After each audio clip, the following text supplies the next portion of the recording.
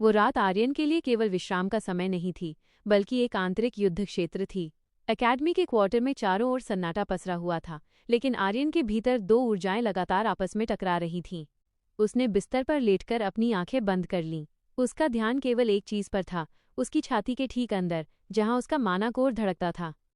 आर्यन ने अपने वैज्ञानिक मस्तिष्क का उपयोग किया। वो इसे जादू नहीं बल्कि ऊर्जा के दो अस्थिर आवृत्तियां, अनस्टेबल फ्रीक्वेंसीज मान रहा था, जो एक ही रिएक्टर में जबरदस्ती डाल दी गई थीं। उसने अपने चेतन, कॉन्शियस मन को अपने कोर के केंद्र में भेजा। वहां उसने उस दृश्य को स्पष्ट रूप से देखा जो किसी भी आर्केनिस निवासी के लिए असंभव था। एक तरफ लाल, उग्र और अत्यधिक गर्म ऊर्जा का एक गोला था। यह अग्नि, फायर थी, अदम्य, विनाशकारी और तेज। ये हर पल विस्फोटक विस्तार की मांग कर रही थी। दूसरी तरफ सफेद नीले रंग की शांत लेकिन शक्तिशाली धार थी।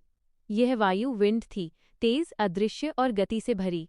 यह फायर को अपने साथ खींचने और उसे अनियंत्रित करने की कोशिश कर रही थी। दोनों ऊर्जाएं एक दूसरे से दूर हटने की कोशिश कर रही थीं, लेकिन कोर की सीमित जगह में उनका एक दूसरे के करीब आना और उनके बीच एक भयानक घर्षण पैदा होना तय था। यही है माना ओवरलोड, आर्यन ने फुसफुसाया। गुरु आरव सही थे। अगर ये दोनों टकराए तो मेरा शरीर फट जाएगा। वो उस क्षण को याद किया जब अवेकनिंग स्टोन ने कोई प्रतिक्रिया नहीं दी थी। वो इसलिए नहीं था क्योंकि उसके पास कोर नहीं था, बल्कि इसलिए था क्योंकि उसके कोर की दोहरी आवृत्ति इतनी तेजी से बदल रही थी कि पत्थर उसे पकड़ ही नहीं पाया। उसने अपनी शक्तियों को दबाने की कोशिश की और इस प्रयास ने अस्थायी रूप से संतुलन पैदा कर दिया था। आर्यन ने अपनी हथेली खोली और उसे हवा में उठाया। उसने धीरे से अपने कोर से फायर की ऊर्जा को बाहर खींचने की कोशिश की। यह प्रक्रिया किसी रस्सियों के खेल, टग ऑफ वॉर की तरह थी। जैसे ही उसने फायर को बाहर निकालने की कोशिश की, विंड ऊर्जा तेजी से खिंचकर फायर की जगह लेने लगी। नहीं, केवल फायर। वह मानसिक रूप से फायर को खींचने पर ध्यान केंद्रित करता रहा। उसकी हथेली गर्म होने लगी और उसकी त्वचा पर एक अजीब सी जलन महसूस हुई। और फिर सफलता। एक छोटी, अस्थिर लाल चिंगारी उसकी उंगली के सिरे पर प्रकट हुई। ये इतनी छोटी थी कि एक फूंक से बुझ सकती थी, लेकिन आर्यन के लिए ये दुनिया की सबसे बड़ी उपलब्धि थी। उसने तुरंत चिंगारी को वापस कोर में खींच लिया। अब विंड की बारी थी।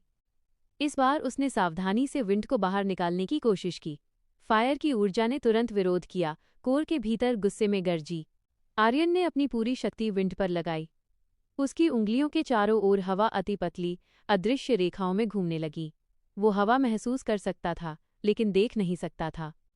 उसकी मेज पर रखा एक हल्का कागज का टुकड़ा धीरे से हिलने लगा। विंड भी सफल।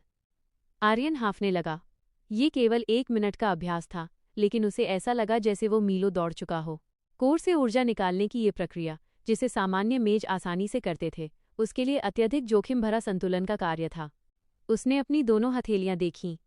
अगर उसने गलती से दोनों तत्वों को एक साथ असंतुलित मात्रा में बाहर निकाल दिया तो परिणाम भयानक हो सकते थे। उसका वैज्ञानिक दिमाग अब उसे चेतावनी दे रहा था। आर्यन, तुम एक जिंदा बम हो। आर्कनिस में ऐसे किसी भी मामले में व्यक्ति को या तो अध्ययन के लिए कैद किया गया है या सार्वजनिक रूप से समाप्त कर दिया गया है ताकि कोई अराजकता न फैले। उसे इतिहास की वे बातें याद आईं जो आरव ने कही थीं, पागल किंवदंतियां, दुखद अंत। आर्यन ने खुद को बिस्तर पर थपथपाया और एक दृढ़ संकल्प लिया।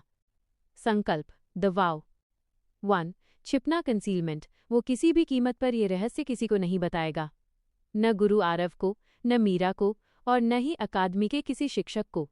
2. पहचान, द आइडेंटिटी। वो कल से खुद को केवल एक फायर मेज के रूप में प्रस्तुत करेगा। फायर दृश्य है, शक्तिशाली है और नोविस मेजेस के लिए एक सामान्य एलिमेंट है। विंड को वो पूरी तरह गुप्त रखेगा। उसका उपयोग केवल जानलेवा स्थिति में या अत्यधिक एकांत में करेगा। 3. नियंत्रण, कंट्रोल। उसे अपनी दोनों शक्तियों पर पूर्ण नियंत्रण प्राप्त करना होगा। फायर को बाहर निकालते समय उसे विंड को 0 पर दबाना होगा और इसके विपरीत। मैं इस जगह से बाहर नहीं जाऊंगा, उसने अंधेरे में फुसफुसाया। मैं यहाँ रहने आया हूँ और मैं यहाँ रहूंगा जब तक मैं उस सपने की आकृति और इस दुनिया में मेरी वापसी का रहस्य नहीं जान लेता। सुबह की पहली किरण जो तैरते द्वीपों के बीच से आई, उसके कमरे को हल्का कर रही थी। आर्यन उठा। उसने अपने कपड़े ठीक किए, अपनी टी-शर्ट पर जले हुए निशान को छिपाया और एक गहरी सांस ली। चेहरे पर उसने एक शांत, साधारण नोविस मेज का भाव ओढ़ा लिया, जो कल अपने एलिमेंट को खोजने में असफल रहा था, लेकिन आज फिर से कोशिश करने को तैयार था। वो जानता था कि कल से उसकी जिंदगी दोहरी जिंदगी होगी, एक फायर मेज के रूप में सबके सामने और एक फॉरबिडन एलिमेंटलिस्ट के रूप में खुद के अंदर। यही उसकी नई शुरुआत थी।